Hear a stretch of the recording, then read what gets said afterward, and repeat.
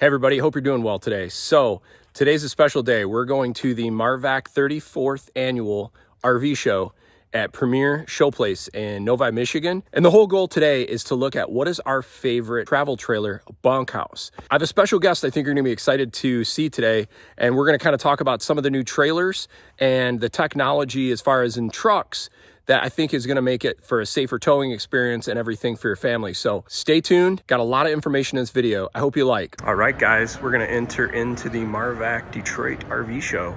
Let's see what we have here. Lots of cool options.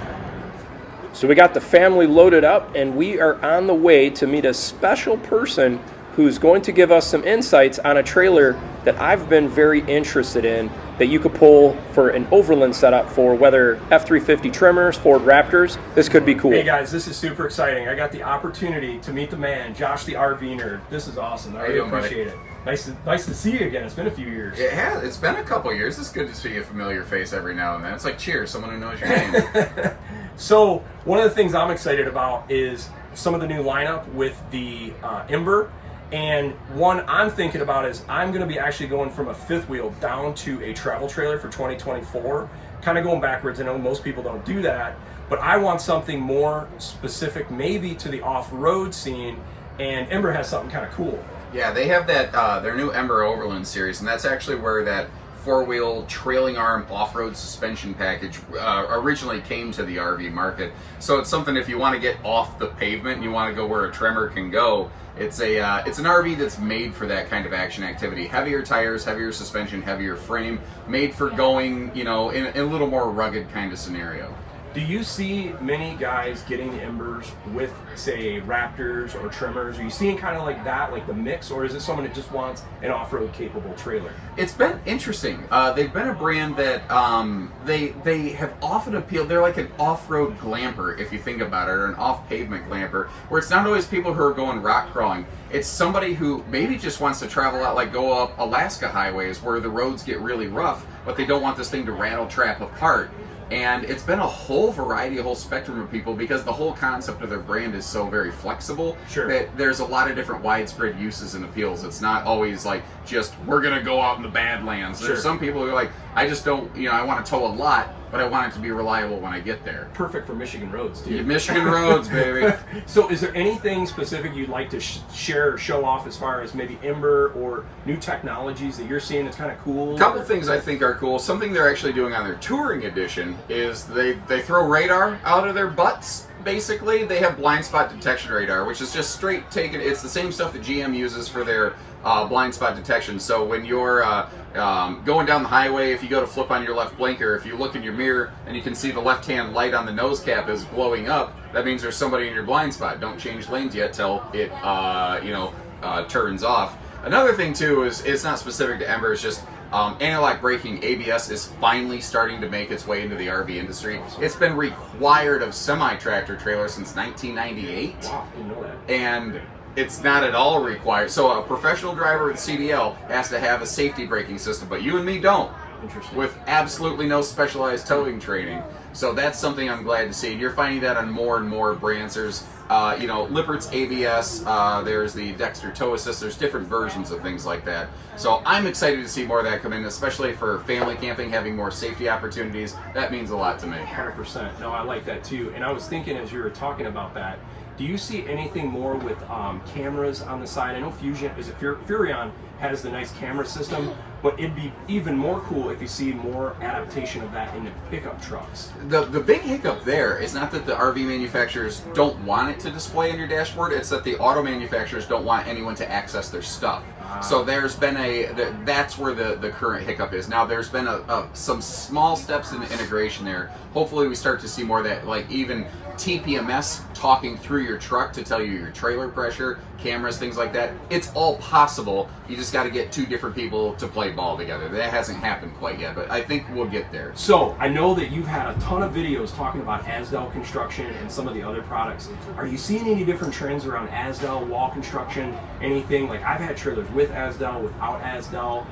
I haven't had issues with either, to be fair. No, it's a cool product, but I think because folks are kind of spooked about what they don't know, any little piece of mind they can latch onto, they tend to really, because you'll have someone like, if it doesn't have Azdel, they're not going to buy it. And it's a cool product, but there are benefits, like it's not as good at holding screws in place. Wood is better at holding screws. So different materials have different benefits, different strengths in different ways. Are you seeing any truck trends that like you like or don't like that is better or worse for the RV community, where you're like, hey, this is something that people could really use, maybe safety? I know you and I talked about F-250s versus So 350s. you're the truck guy, I'm the RV nerd. One thing I will say is a question I get all the time is people keep asking, why do they keep getting taller? Because trucks keep getting taller. Yeah. So the RV has to follow, and there comes a point where it becomes a problem, like in, say, fifth wheel design, you can only make it so tall.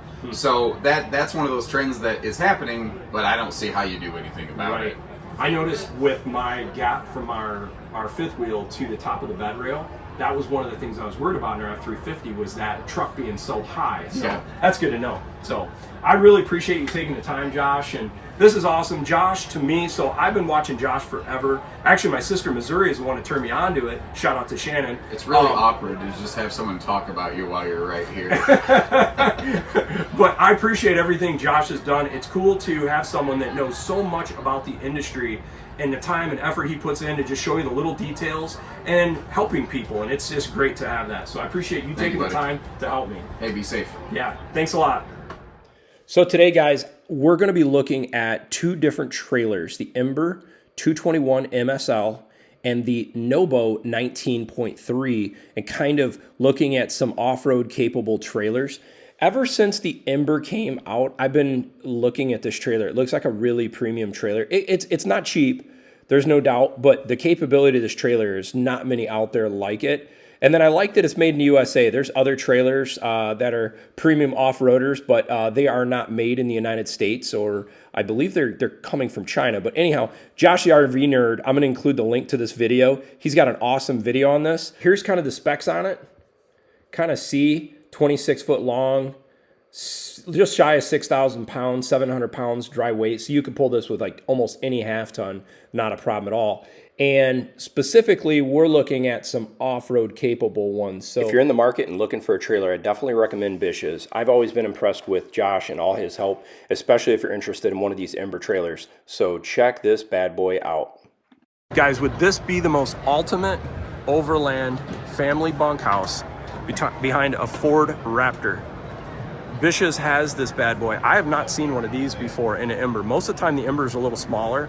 What I like about these premium trailers like this is just all the little finishing touches, like this brake on the rear, not needing a chuck, that's sweet. Comes with Goodyear Wrangler tires. It's got this beastly suspension. I've never seen a trailer like that also. Springs, torsion axles, shocks, incredible. This is nice because you could throw bikes in from the side. This could be a pretty neat trailer for us to get this year. But they got an Ember 221 MSL. I've been looking at these Embers for a while, but I'm just curious to see kind of like the layout. This is much more family friendly. What I also like is you could easily tow this with a half ton. So we're gonna check this out. Got the Murphy bed construction here. This is sweet, isn't it? You can tell they got the premium touches in here. I like that. Check out that air conditioner, that's kind of wild. Truma Aventa. Huh, wonder if it's like super quiet. I like this trailer. It reminds me of the Rockwood, was it the 2506 size-wise? 12 volt. Fridge, nice. Looks like it's, I don't know if that's powered or that's mechanical bumps. It is powered. No, it's mechanical. It's all manual. And this brings us to our last option. This is the Nobo 19.3, and this is a cool trailer. It's a little bit shorter than the Ember, similar hitch weight, and a little bit lighter weight. You get a little less content. You can notice there's no slides, similar to the other. Not a bad trailer, just a little bit smaller. The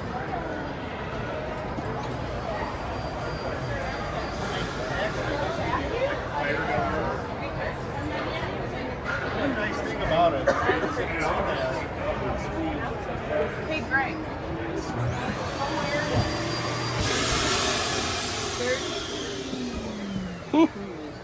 Nice. Heat oven. Basic. Yeah. I don't know where it goes. That's pretty slick. I mean, that would make sense. Massive suite.